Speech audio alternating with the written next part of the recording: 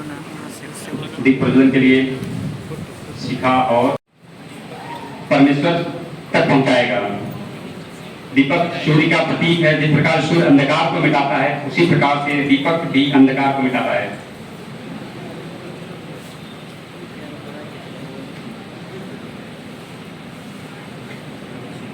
सिद्धि भवतु मे सदा। हम सबकी कामना पूर्ण करने वाली माता सरस्वती, आपको नमस्कार है। मैं अपनी विद्या ग्रहण करना आरंभ करता हूं तथा मुझे इस कार्य में सिद्धि मिले। इसी के साथ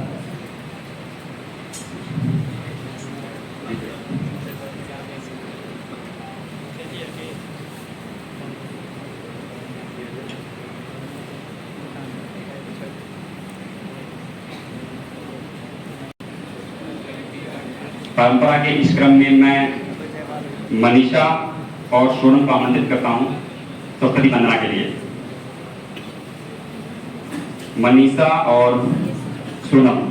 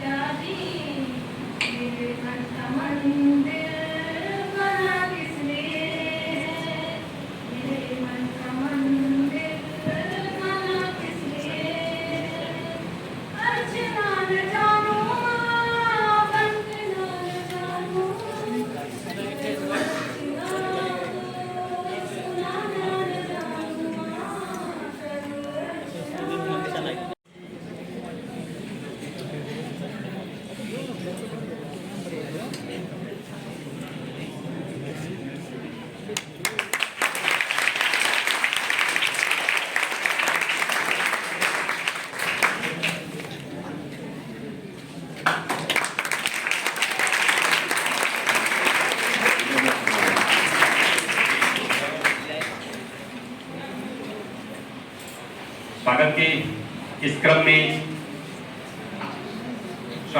में मैं विभाग के विभागाध्यक्ष से निवेदन करता हूं कि प्राचार्य जी का माल्यार्पण कर स्वागत करें।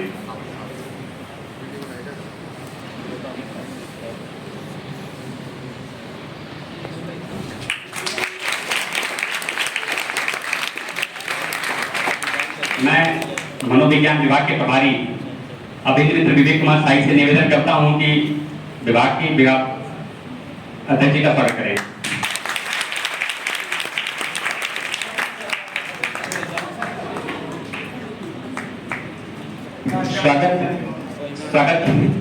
स्वागत के इस क्रम में मैं साक्षी, मोनी और मनीषा को आमंत्रित करता हूं स्वागत गीत के लिए।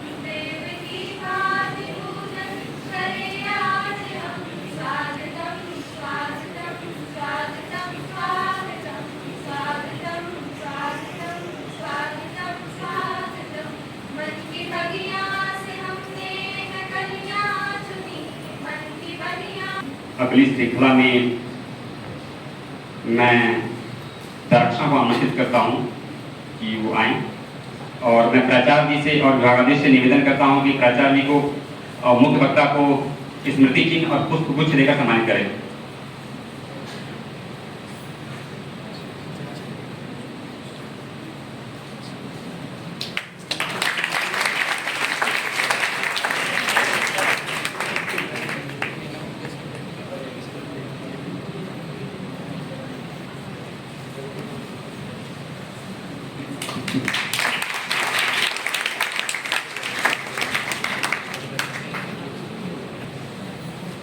में इतना कुछ सिखाया है उसको शब्दों में नहीं बताया जा सकता है। तो मैं बिना विलंब किए सर्व आमंत्रित करता हूं कि वो आपको भी अपने आखिरी वचनों से आच्छादित करें। धन्यवाद।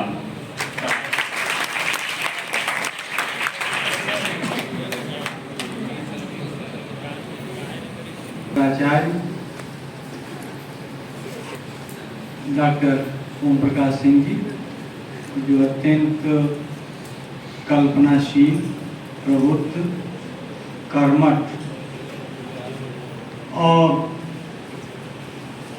हम लोगों के सबके आत्मीय हैं, यशस्वी प्राचार्य हैं। जब से आए हैं तब से मैं देख रहा हूँ जो महाविद्यालय है इसकी उन्नति हो रही है और इस महाविद्यालय में प्राचीन इतिहास विभाग के विभागाध्यक्ष, महाविद्यालय के नियंता और तो डॉक्टर सुरेंद्र चौहान जी, धीरज सिंह जी, मनोविज्ञान विभाग के शाही जी और प्रिय विद्यार्थियों, शोधार्थियों, मुझे यहाँ की खुशी होती है। खुशी दो कारणों से होती है। एक तो जहाँ तुम लोग बैठे हो वहीं कभी मैं भी बैठता था, इसी महाविद्यालय में मैं बैठ चुका हूँ, परीक्षा दे चुका हूँ और फिर इसी महाविद्यालय में मैं बहुत सारे व्याख्यान दिया हूँ या व्याख्यानों की बहुत सारी श्रृंखलाएं हैं, मैं उन्हें तुम लोगों को उद्बोधित कर चुका हूँ और इसलिए भी खुशी होती है कि ये उन गिने चुने महाविद्यालयों में से एक है जहाँ नियमित कक्षाओं के साथ साथ वर्ष भर एक अच्छी व्याख्यानों की श्रृंखला चलती रहती है। पूरे वर्ष भर श्रृंखला चलती रहती है, कोई कार्यक्रम चलता रहता है। तो और इसके साथ ही साथ पाठ्येतर गतिविधियां भी चलती रहती है, यानी पाठ्यक्रम और पाठ्यक्रम के साथ साथ पाठ्येतर गतिविधियां और पाठ्यक्रम के अंतर चलने वाली जो व्याख्यानों की श्रृंखला है वो इस महाविद्यालय में एक महत्वपूर्ण कड़ी है और इस महाविद्यालय की समृद्धि में एक चार चांद लगाती है, एक अगली कड़ी होती है। और जो इंफ्रास्ट्रक्चर है उसका कहना ही नहीं है और जो प्राचार्य जी हैं उनके नेतृत्व में आप लोग ये अनुशासन बहुत ही अच्छा रहता है। तो ये मुझे बताया गया कि ये ओरिएंटेशन एक व्याख्यान है और संभवतः इसकी पहली कड़ी है और ये आयोजित है प्राचीन इतिहास, पुरातत्व एवं संस्कृति विभाग के द्वारा। बच्चों, इतिहास और हिंदी एक ऐसा सब्जेक्ट है, कैसा या साहित्य एक ऐसा विषय है जिस पर आम आदमी बात करता है और आम आदमी जो उसमें हस्तक्षेप करता है, बहसों में हस्तक्षेप करता है। कोई फिजिक्स में हस्तक्षेप नहीं करता है, केमिस्ट्री में हस्तक्षेप नहीं करता है, इतिहास में और साहित्य में हर आदमी हस्तक्षेप करता है। मैं विचार कर रहा था कि ऐसा क्यों है। वो इसलिए है कि फिजिक्स का जो साधारण प्रतिज्ञा या जो प्रारंभ है या जो व्याकरण है, व्याकरण का प्रथम चरण वो मैथमेटिक्स है, गणित है। और साहित्य और इतिहास का जो प्रथम व्याकरण है वो भाषा है। भाषा चूंकि हर आदमी को आती है इसलिए हर आदमी वो अनुशासन नहीं भी रहता है, उस अनुशासन का नहीं भी रहता है, फिर भी इतिहास विषय पर हस्तक्षेप करता ही करता है। दूसरी बात ये कि आजकल जो एआई का जमाना है, जो डिजिटलाइजेशन और बढ़ती हुई आधुनिकता और जो तकनीक है, प्रौद्योगिकी और प्रौद्योगिकी से लदी पटी जो तिरस्म वाली दुनिया है, उसमें बार बार ये केवल इतिहास के विषय में ही नहीं बल्कि पूरी ह्यूमैनिटीज के सब्जेक्ट्स के ऊपर प्रश्न चिन्ह उठाया जा रहा है। वो सारे के सारे जो अप्लाइड नहीं है उन पर प्रश्न चिन्ह उठाया जा रहा है कि इनको पढ़ने पढ़ाने से क्या फायदा, फायदा क्या है इतिहास को पढ़ने से, समाजशास्त्र को पढ़ने से। जो भी अप्लाइड है, मनोविज्ञान बच जा रहा है इसलिए कि अप्लाइड है, उसका बहुत सारी चीजें जो क्लिनिकल साइकोलॉजी से लेकर बहुत सारी साइकोलॉजी मनोविज्ञान उसमें अप्लाइड है। तो प्रत्येक सब्जेक्ट का जो अप्लाइड चीज है वो तो बच जाए, लेकिन ये लोग भूल जा रहे हैं कि इतिहास केवल अतीत की घटनाओं का लेखा जोखा नहीं बल्कि सुदूर अतीत से लेकर अब तक की घटनाओं के परिवर्तित व्याख्याओं का ज्ञानवर्धक श्रृंखला। यानी अतीत में जितनी भी घटनाएं घटी या मानव समाज में परिवर्तन हुआ, उन सब पर जो युगों, जो प्रत्येक युग में प्रत्येक समय में जो व्याख्याएं परिवर्तित हो रही हैं, उन सभी परिवर्तित ज्ञानवर्धक व्याख्याओं की एक श्रृंखला। और यदि हम सुदूर अतीत से लेकर आज तक घटनाओं को खंगालें, उनकी परिवर्तित व्याख्याओं को खंगालें, तो हम चकित रह जाएंगे कि हम कितना कुछ सीखते हैं। हम अनायासी जिस समाज से जुड़ते हैं वो उसका अतीत से हमारा संबद्धता हो जाती है, हम उसकी अतीत से संबद्ध हो जाते हैं। और यदि कोई कहे कि इतिहास पढ़ने से क्या फायदा, यदि कह दिया जाए कि इतिहास से आपको काट दिया जाए तो कैसा लगेगा? इसलिए पहली बात तो ये कि इतिहास पढ़ने से क्या फायदा है। तो इतिहास एक तरह की स्मृति होती है, और जिस समाज की, जिस व्यक्ति की स्मृति खत्म हो जाती है, वो समाज, वो व्यक्ति क्या कहा जाता है? वो व्यक्ति, वो समाज प्रमादी कहा जाता है। तो आरंभ में जो स्मृति थी उसी को इतिहास कहा गया, जो वैदिक संस्कृति है, वैदिक ग्रंथ है, उसमें जितनी भी स्मृतियां, यानी पूर्व की घटनाओं की जो स्मृति है वही इतिहास है, और उसी का समय समय पर संगायन किया जाता है, और वही गाथा नाराशंसीय आख्यान के रूप में हमारे सामने उपस्थित होता है। आप सब लोग जानते हैं इतिहास 3 शब्दों का संश्लिष्ट रूप है, इति और आस। इसका अर्थ ही होता है कि निश्चित रूप से ये घटनाएं हुई, लेकिन ये नहीं होता है। ये होता है अर्थ जो इसका शास्त्रीय और व्याकरणिक अर्थ है कि ऐसा होता रहा है, यानी कंटिन्यूअस है। ऐसा नहीं है कि अतीत की घटनाएं जो हो गई हैं वो मृत घटनाएं, वो घटनाएं होती रही। इतिहा और आस का जो अर्थ व्याकरणिक मतलब और अर्थ होता है, जो पाणिनि के अष्टाध्यायी के जो व्याकरण है उसके आधार पर ये कंटिन्यूअस है, पास्ट कंटिन्यूअस, यानी अतीत से लेकर वर्तमान तक वो कंटिन्यूअस है, वो घटनाएं, वो चीजें चल रही। अब इतिहास यदि अतीत की घटनाएं हैं तो अतीत की घटनाओं का डॉक्यूमेंटेशन कर लिया जाए, और डॉक्यूमेंटेशन करने के बाद वो इतिहास की घटनाएं वो इतिहास का काम पूरा हो जाता है। लेकिन पूरा क्यों नहीं होता है? इसलिए कि इतिहास हर युग में नया लिखा जाता है और अतीत की घटनाओं पर ही हर युग में इतिहास लिखा जाता है। तो इसलिए कि आप लोग एंशिएंट हिस्ट्री के विद्यार्थी हैं, तो बहुत प्रसिद्ध परिभाषा है E.H. कार की।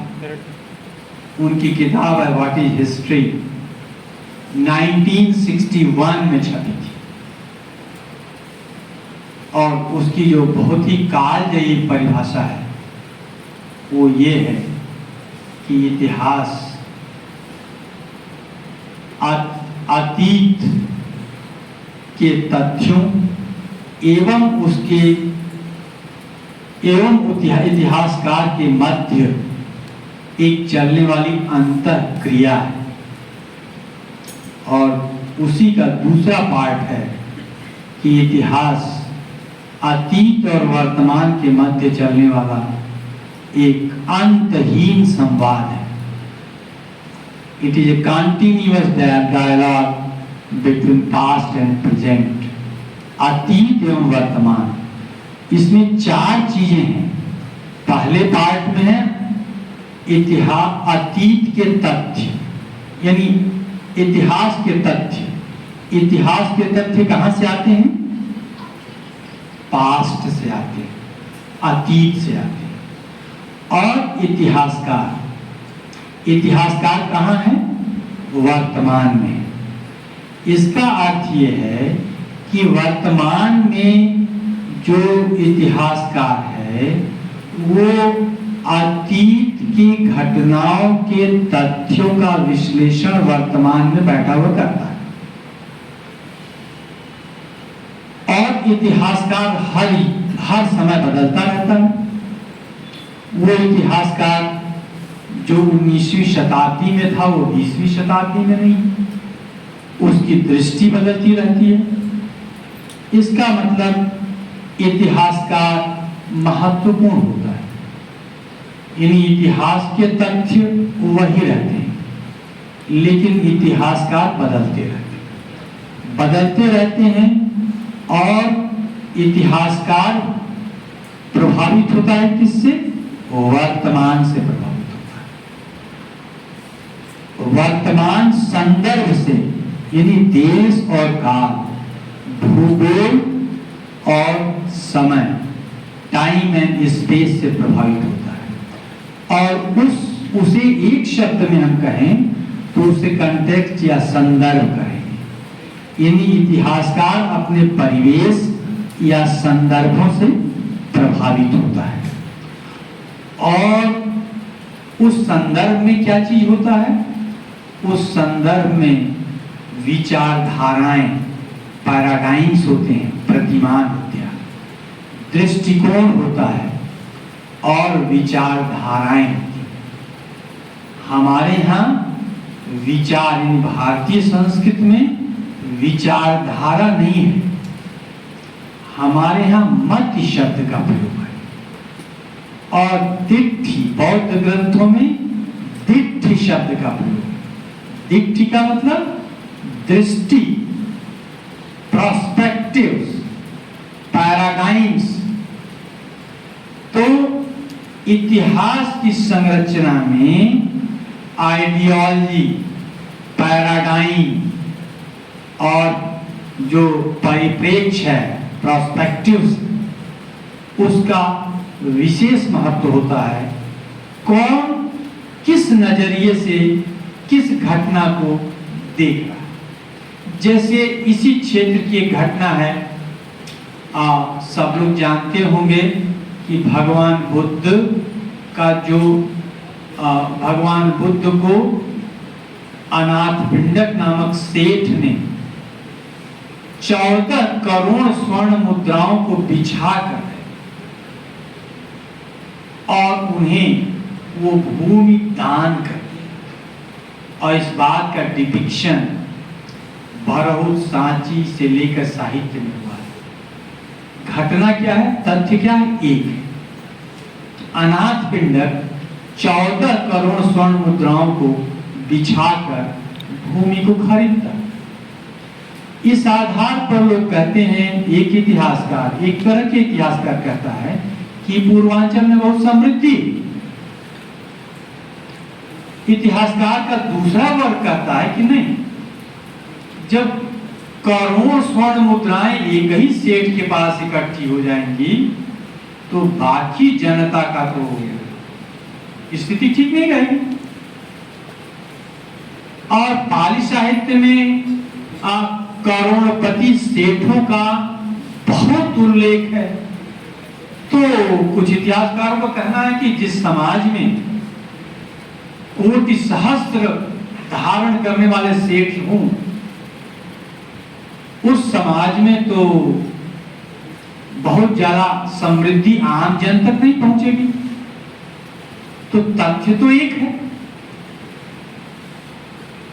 इतिहासकार उसमें विभाजित हैं। इस तरह से बहुत सारी घटनाएं हैं जो आइडियोलॉजी से, पैराडाइम से और दृष्टियों से परिवर्तित होती है।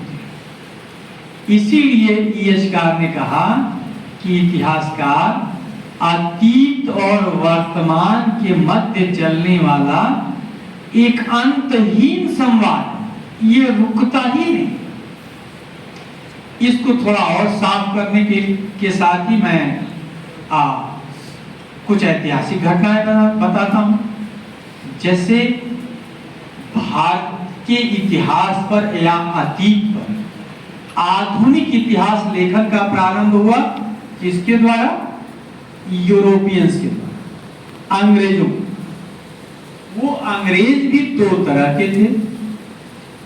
एक थे जो भारत के प्रति सहानुभूति रखते थे, उन्हें कहा जाता है इंडोलॉजिस्ट, यानी भारतविद या प्राच्यविद। दूसरे तरह के जो हिस्टोरियंस हैं उन्हें कहा जाता है साम्राज्यवादी, इंपीरियलिस्ट।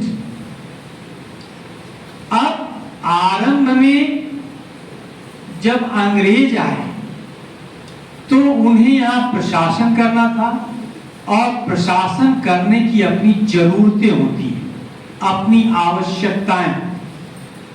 उस आवश्यकता के अनुरूप उन्होंने हमारे इतिहास के तथ्यों यानी धर्म ग्रंथों, लोक साहित्य को खंगालना शुरू किया। और इस क्रम में जो सर विलियम जोन्स था, उसने 1797 में जो मनुस्मृति है, मनुस्मृति हमारा हिंदू लॉ बुक के नाम से विख्यात, तो उसने उसका अनुवाद किया, a code of Gentoo laws, a code of Hindu laws, 1797। और उसके प्रीफेस में ही उसने लिख दी कि यदि हम करोड़ों करोड़ों हिंदुओं के उद्योग धंधों का लाभ ब्रिटेन तक पहुंचाना चाहते हैं, तो उसके लिए आवश्यक है कि उनकी आदतों, उनके सामाजिक संरचनाओं, उनकी संस्थाओं को हम जानें। और जितनी ही मजबूत तरीके से हम उनकी सामाजिक संरचनाओं को जानेंगे, उतनी ही अस्थायी हमारा शासन होगा और टिकाऊ। यानी आसानी होगी कि गंगा के तटों से स्पंज की भांति समृद्धि को सोख कर और टेम्स नदी के किनारे ले जाकर निचोड़ देना। इसके लिए आवश्यक था कि यहां के इतिहास को जाना जाए। अंग्रेजों के सामने दो महत्वपूर्ण समस्याएं थी। एक तो विदेशी थे वो, और विदेशी होने के बावजूद यहां पर अपनी शासन को वैधता किस तरह से सिद्ध करें, किस तरह से सिद्ध करें कि हम वैध हैं। और दूसरे, ऐसा क्या करें कि भारत पर हमारा शासन मजबूत, स्थायी, दीर्घकालिक और टिकाऊ हो जाए। तो दो महत्वपूर्ण उनके पास लक्ष्य और दोनों ही एक दूसरे पर अन्योन्याश्रित था और दोनों के लिए रास्ता इतिहास से होकर गुजरता था। और उन्होंने बहुत ही मनोयोग से वैदिक ग्रंथों, पाली ग्रंथों, पाणिनि सबका उन्होंने अनुवाद किया इंग्लिश में, और सारे के सारे सामाजिक संस्थाओं के इतिहास को जानने की उन्होंने कोशिश की। उसमें बहुत सारे लोग थे जो भारत के प्रति सहानुभूति रखते, क्योंकि उनके जो मंतव्य थे उनमें भी दिखाई देता है। वो कहते थे कि भारत एक सरल, सीधा, अनाक्रामक, निष्क्रिय समाज है। अब वो कहता सौम्य, तो कह तो रहा है कि एक सीधा, सौम्य, अनाक्रामक, इतना तो ठीक है। अंततः कहता था कि निष्क्रिय, और बहुत सारी बातों को उन्होंने दिया। उसके ठीक बाद इंपीरियलिस्ट आए और उन्होंने जो आक्रामकता अपनाई और उन्होंने जिन बातों पर वो प्रशंसा करते थे, भारत ऋत प्राच्य ऋत, उन्हीं बातों को लेकर उन्होंने कहा कि भारतीय समाज एक गतिहीन, सत्वहीन, अनैतिहासिक, जहां का तहां पड़ा हुआ समाज है।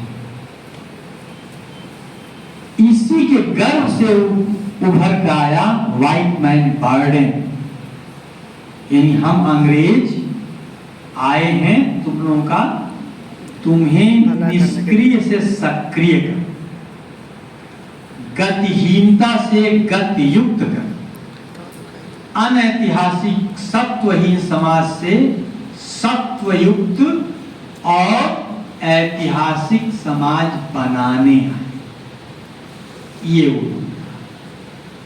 और उन्होंने कहा कि यदि उद्धार करने हैं।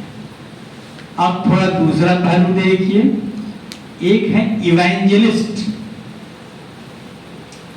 यानी भारतविद आए, इंपीरियलिस्ट आए और उन्हीं के साथ क्रिश्चियन मिशनरीज हैं। चार्ल्स ग्रांट जैसे क्रिश्चियनिटी का वकालत करने भी लोग आए, उन्हें कहते थे इवेंजलिस्ट। इंपीरियलिस्ट कहते थे कि हम भारत को आए हैं कानून बनाकर गतिहीन से गतियुक्त करने, सत्वहीन से सत्वयुक्त करने। और जो इवेंजलिस्ट थे वो कहते थे कि सारा निष्क्रियता, गतिहीनता, भौतिक वस्तुओं के प्रति अवहेलनात्मक दृष्टि है, वो हिंदू धर्म के कारण। हम हिंदुओं को ईसाई धर्म कन्वर्ट करके इस समाज को ठीक करेंगे।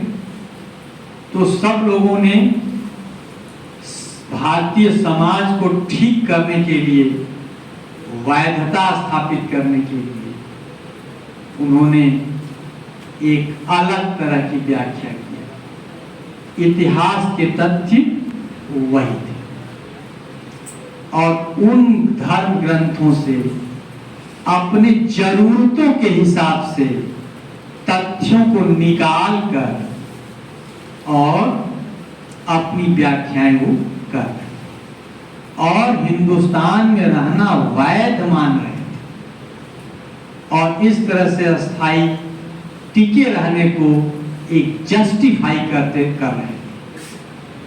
इसका आधार क्या था? इसका आधार देखिए, चढ़ती हुई 20वीं शताब्दी थी चढ़ती हुई 19वीं और 20वीं शताब्दी थी।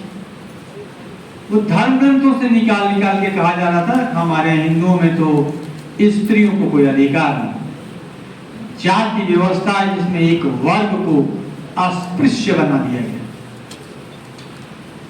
जाति व्यवस्था स्त्रियों के संबंधित मसलों के आधार पर ये कहा जा रहा था कि ये समाज ठीक नहीं। लेकिन भारतीय जो पश्चिम गए पढ़ने के लिए, अब पश्चिमी ढंग से इंग्लैंड में जाकर शिक्षा प्राप्त की। हाजी भंडारकर, जो रानाडे, जो ईश्वरचंद, रमेशन दत्त, सत्येंद्र टैगोर, बहुत सारे लोग थे जो पश्चिमी ढंग से शिक्षा प्राप्त किए। उनका दृष्टिकोण दो तरह का। एक तो भीतर से वो महसूस कर रहे थे कि सचमुच हमें यदि पश्चिमी जातियों के साथ मुकाबला करना है तो अपने समाज में जो किंचित जो थोड़े बहुत प्रतिगामी तत्व है उन तत्वों को हमें दूर करना, नंबर 1। नंबर 2, इन यूरोपियंस को इन्हीं की भाषा में बौद्धिक जवाब भी देना पड़ेगा। उन्होंने भी उन्हीं तथ्यों का, इतिहास के तथ्यों का अपने तरह से पाठ किया और उन्होंने जो अंग्रेज हमारे इतिहास या जो ग्रंथ थे उनसे जो अवरोधक, समाज के अवरोधक तत्व है उन्हें निकाल रहे थे। उन्हीं इतिहास ग्रंथों से, धर्म ग्रंथों से जो राष्ट्रवादी थे वो हिंदू समाज या भारतीय समाज की खूबियों को निकाल रहे।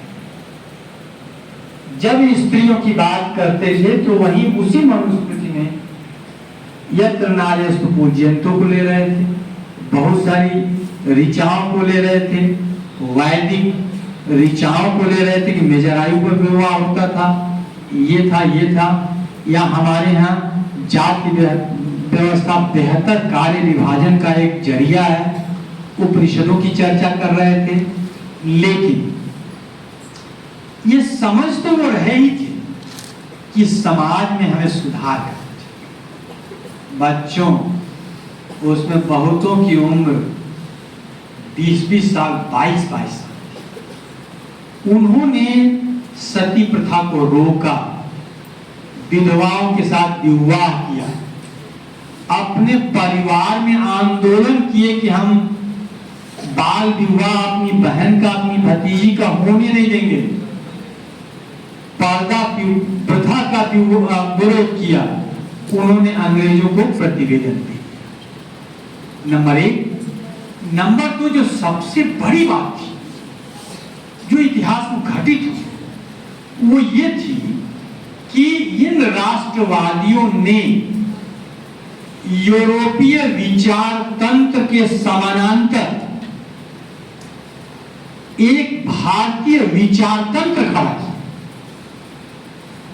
यानी अंग्रेजों की बौद्धिकता का लोहा माना जाता था, उन्होंने पूरे यूरोपीय विचार तंत्र के समानांतर अपना विचार, भारतीय दृष्टि से एक विचार तंत्र कायम किया, एक विचार दृष्टि कायम किया। ये एक बहुत बड़ी बात थी, उन राष्ट्रवादियों की देन थी कि उनके बरक्स पूरे दुनिया में यूरोपीय विचार तंत्र का बोलबाला था। और उस विचार तंत्र के प्योर थ्योरी में क्या था? यूटिलिटेरियनिज्म, उपयोगितावाद। और उपयोगितावाद का खंडन करते हुए भाव प्रधान भारतीय दृष्टि के आधार पर एक अलग, एक भिन्न भारतीय दृष्टि की उन्होंने रचना की। इस तरह से पश्चिम से पढ़े लिखे भारतीयों ने दो तरफा काम किया। एक तो समाज में सुधारात्मक काम और दूसरा एक समानांतर विचार तंत्र कायम कर। एक बात इसमें हमको थोड़ी सी खटकती, वो ये कि इन राष्ट्रवादियों ने जो मानवीय मूल्य, जो मानवीय गरिमा, जो स्त्री की गरिमा थी, उस गरिमा को प्रतिष्ठित करने के लिए उदाहरण हमारे धर्म ग्रंथों से देते थे।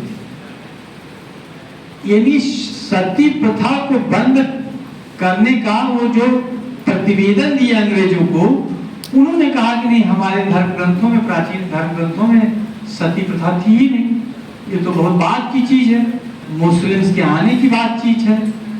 ये वो नहीं कह पाए, ये मानवीय गरिमा के प्रतिकूल है। सती प्रथा मानवीय गरिमा के प्रतिकूल, वो ये कह रहे थे कि हमारे धर्म ग्रंथों के प्रतिकूल है। साथ में ये भी कहना चाहिए कि धर्म ग्रंथों के प्रतिकूल तो है ही है, मानवीय गरिमा के, मनुष्य की गरिमा के प्रतिकूल है। या एज ऑफ प्यूबरिटी के पूर्व किसी भी लड़की का विवाह ये ह्यूमन डिग्निटी के विरुद्ध है। लेकिन वो, क्योंकि उनके जो तर्क थे वो विवेक और तर्क के शस्त्रागार से न निकलकर वो हमारे धर्म ग्रंथों के शस्त्रागार से निकल रहे थे, से निकल रहे थे। क्योंकि वो जनता को भी इसी भाषा में समझाते थे। जनता के लिए तो ठीक था, क्योंकि जनता उस समय तक इस तरह से तैयार नहीं थी कि तर्क और विवेक के आधार पर वो इसको मानती। उसे ये समझ में आ जाता था कि हमारे धर्म ग्रंथों के सती प्रथा प्रतिकूल। जब ये युवक समझाते थे धर्म ग्रंथों का उदाहरण लेके, तो उन्हें समझ में आ जाता। लेकिन जब वो ये कहते थे कि हमारे ये विवेक के आधार पर समझाते, तर्क के आधार पर समझाते, तो अधिकांश जनता विवेक और तर्क के उस स्तर पर नहीं पहुंची थी, इसलिए उन्हें लगता था कि ठीक नहीं। इसके बाद बच्चों अंग्रेज चले गए 1947 में। तो जो इंपीरियलिस्ट राष्ट्रवादियों का जो द्वैध था वो भी खत्म, और फिर एक तीसरी धारा आई, वो मार्क्सिस्ट की है। और मार्क्सिज्म की धारा ये थी कि इतिहास क्रम में परिवर्तन उत्पादन के संसाधनों में हुए परिवर्तन का परिणाम होता है। यानी जो भी उत्पादन, यानी जो पशुपालक समाज है, कृषि समाज है, फिर नगर समाज है, इसमें जो परिवर्तन होता है, उन परिवर्तनों के अनुक्रम में इतिहास में परिवर्तन होता है। यानी मोटे तौर पर समझो तो इतिहास में चेतना नहीं, वो भौतिक तत्व महत्वपूर्ण है। और ये कहा गया कि चेतना का निर्माण भौतिक तत्व का, कि कृषक समाज की एक अपनी जरूरतें, नगर समाज आते ही, नागरिक समाज आते ही वो संबंध बदल गए। जैसे कृषि ग्राम्य समाज, नागर समाज आते ही सार्वजनिक भोजनालय आ गए, नगर आ गए, तो सार्वजनिक भोजनालय में अस्पृश्यता और वर्ण वगैरह सब कट हो जाएगा। और जब द्रव्य यानी संस्कृति जब द्रव्य में परिवर्तित हो जाएगी, पशुपालक परिवर्तित हुआ कृषि मूलक संस्कृति में, कृषि मूलक संस्कृत परिवर्तित हुआ, जो सिटी अर्थव्यवस्था में, जो नगरीय अर्थव्यवस्था में, तो नगरीय अर्थव्यवस्था क्या है? द्रव्य मूलक अर्थव्यवस्था। और द्रव्य मूलक अर्थव्यवस्था संबंधों में भी एक वस्तुसात्करण पैदा करती है। वस्तुसात्करण का मतलब मैटरलिज्म पैदा करती है। और आजकल आप देख रहे होंगे कि मैटर चरम पर है। तो एक बात और है कि इन सब चीजें हुई, लेकिन इतिहास सब्जेक्ट का तो फायदा हुआ है। चाहे वो जो इंडोलॉजिस्ट हो, इंपीरियलिस्ट हो, नेशनलिस्ट हो, या जो भौतिकवादी या मार्क्सवादी इतिहासकार है, इससे हमारी जो तार्किक शक्ति है, इसीलिए मैंने कहा कि इतिहास अतीत से लेकर अब तक के घटनाओं के परिवर्तित व्याख्याओं का ज्ञानवर्धक श्रृंखला। तो इतनी परिवर्तित घटनाओं से हम गुजरेंगे तो एक तर्कशीलता है, एक तार्किकता है, और फिर आगे चलकर एक मार्क्सवादी इतिहासकार के पैरेलल आदर्शवादी या भाववादी इतिहासकार खड़े हुए, जो चेतना को प्राप्त महत्वपूर्ण मानते थे। यानी जो मार्क्सवादी मानते थे कि मैटर लेड इंडिविजुअल्स, यानी गांधी को उनकी चेतना ने पैदा नहीं किया, बल्कि समकालीन परिस्थितियों ने उनको पैदा किया। या भगवान बुद्ध को समकालीन भौतिक परिवेश ने भगवान बुद्ध को बुद्ध बना दिया। यानी विचारों का भौतिकवादी विश्लेषण किया जाने लगा। यानी किसी भी विचार का भौतिक आधार क्या है, क्योंकि कोई भी विचार यदि जन्म लेता है तो एक निश्चित भौतिक परिवेश या एक परिवेश में जन्म लेता है। परिवेश दो तरह का होता है, एक वैचारिक परिवेश, एक भौतिक परिवेश। तो वो कहते हैं कि भौतिक परिवेश ही लीड करता है चेतना को, विचार को भौतिक परिवेश लीड करता है। जबकि आइडियोलॉजिस्ट ये कहते हैं कि विचार भौतिकता को लीड करता है। अब आप ये सोचेंगे कि आज तो मैटरलिज्म चरम पर है, आप आज कौन किसको लीड कर, कृतित्व है, उसी के स्मारक पर हम आज खड़े।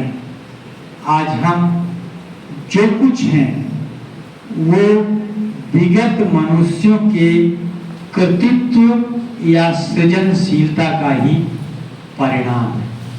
और एक बात और, इतिहास हमें एक बात और सिखाता है। उसी के साथ ही मैं अपनी बात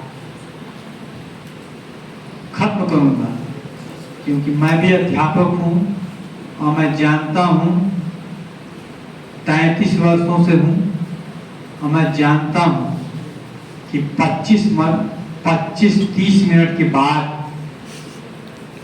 कोई भी विचार उबाऊ हो जाता है कोई भी विचार उबाऊ हो जाता है, ऊब होने लगता है।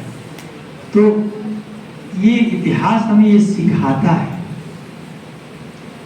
कि 4 अरब वर्ष पहले जो घटना घटी थी,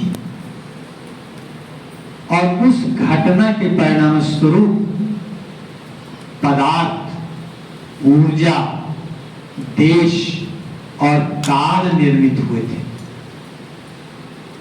ये 4 निर्मित हुए थे। उसे बिग बैंग थियरी या बिग बैंग घटना कहा जाता है, और वो भौतिक शास्त्र का सृजन करती है और ज्ञान की जो भौतिक शास्त्र है उससे उसी से विकास हुआ और बाद में लगभग उसके 3 लाख वर्ष बाद, यानी 4 अरब के 3 लाख वर्ष बाद जो एटम है, एटम जो एक जटिल संरचना है, वो अणुओं में संगठित हुआ और उनकी जो क्रियाएं हैं, उन क्रियाओं को ही हम कहते हैं रसायन शास्त्र, केमिस्ट्री। उनके भीतर जो चलता है एटम के भीतर, और वो जटिल प्रक्रिया के द्वारा एटम और अणु और फिर पदार्थ का निर्माण होता है, केमिस्ट्री। और फिर लगभग 5 लाख वर्ष बाद एक अत्यंत पदार्थ से एक अत्यंत जटिल संरचना प्रारंभ हुई, उससे जीव विज्ञान। तो ये सभी जो विज्ञान है, इनका एक इतिहास होता है। और उसके बाद लगभग 2 लाख या 5 लाख, आज से 5 लाख वर्ष पहले 6 प्रजातियां जो मनुष्य के रूप में थी वो आई, और उनमें भी सबसे महत्वपूर्ण हुआ करीब 70,000 वर्ष पहले, आज से 70,000 वर्ष पहले जो होमो सेपियंस यानी मनुष्य के एक ग्रुप में के दिमाग के वायरिंग में अचानक परिवर्तन हुआ और वो आप लोगों की तरह बुद्धिमान, आप लोग उसी के पीढ़ी के होमो सेपियंस। लेकिन बुद्धिमान होने के साथ ही उसने निएंडरथल को खत्म किया, उसने होमी डेनिसोवा खत्म किया, उसने एल्गास्टर को खत्म किया, उसने निएंडरथल को खत्म किया, और उसी के उत्तरवर्ती जो संस्कृति है उसी को हम क्या कहते हैं, इतिहास कहते हैं। और इतिहास में मोटे तौर पर 4 संरचनाओं में हम देख सकते हैं। एक तो कॉग्निटिव यानी संज्ञानात्मक क्रांति, कॉग्निटिव रिवॉल्यूशन। और कॉग्निटिव रिवॉल्यूशन कब हुआ? 46,000 ईयर बिफोर। और उसके बाद आज से लगभग 12,000 वर्ष पूर्व कृषि क्रांति हुई, और उसके बाद लगभग आज से लगभग 3,000-4,000 वर्ष पहले नगरीकरण का थोड़ा अंकुरण हुआ, जो 6th सेंचुरी BC में थोड़ा और मजबूत हुआ। तो कॉग्निटिव रिवॉल्यूशन, एग्रीकल्चरल रिवॉल्यूशन, उसके बाद कृषि, और आज से लगभग 500 वर्ष पूर्व एक और क्रांति हुई।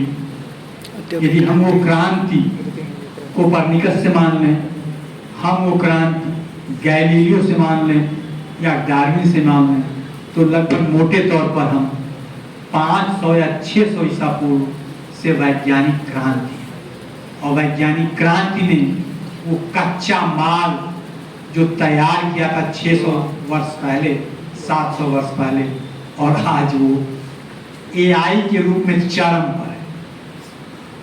तो बच्चों, अपने में जो हीन भावना मत भरो। इतिहास ऐसा है जो 4 अरब से लेकर और AI तक जाता है। आज तक का कि घटनाओं का विश्लेषण इतिहासकारी करता है, इतिहासकार करता है। इसीलिए इतिहास का विद्यार्थी किसी हड़बड़ी में नहीं रहता है। किसी आमूल चूल तुरंत परिवर्तन या क्रांति में नहीं रहता है इतिहास का विद्यार्थी। तो इसलिए कि उसके पास तो 4 अरब वर्ष से लेकर अनवरत तक आज तक का इतिहास है, आज तक का प्रत्येक घटनाक्रम उसके सामने है।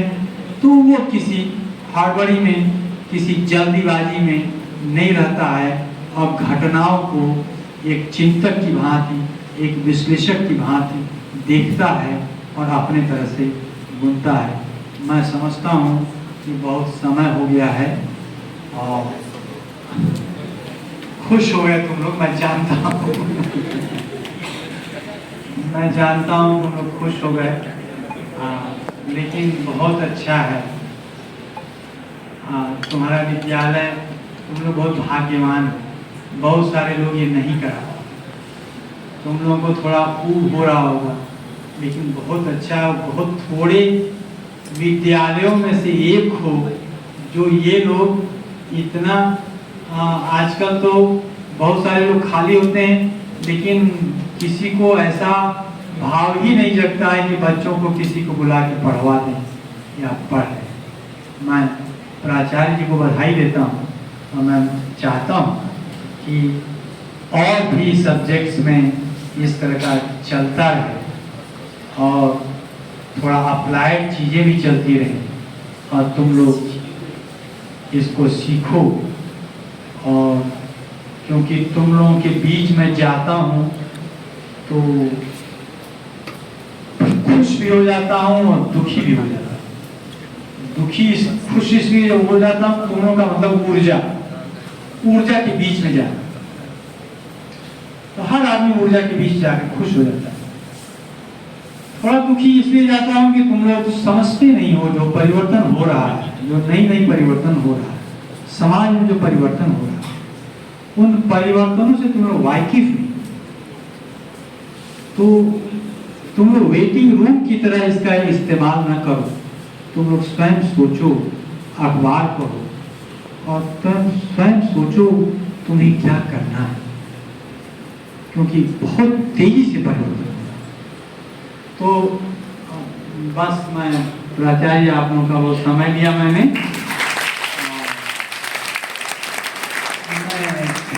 आपका धन्यवाद। आपने जो धीरेन्द्र भाई हैं वो भी, उनका भी मैं आभारी हूँ जो मुझे बुलाते रहते हैं और मुझे भी अच्छा लगता है कि यहाँ का मैं स्टूडेंट भी रहा हूँ और महाराणा प्रताप शिक्षा परिषद से थोड़ा जुड़ा भी रहा हूँ। सभी शिक्षण संस्थाओं में जाता हूँ और यहाँ धीरेन्द्र सिंह जी हैं जो अतिरिक्त इनका स्नेह रहता है। Thank you very much.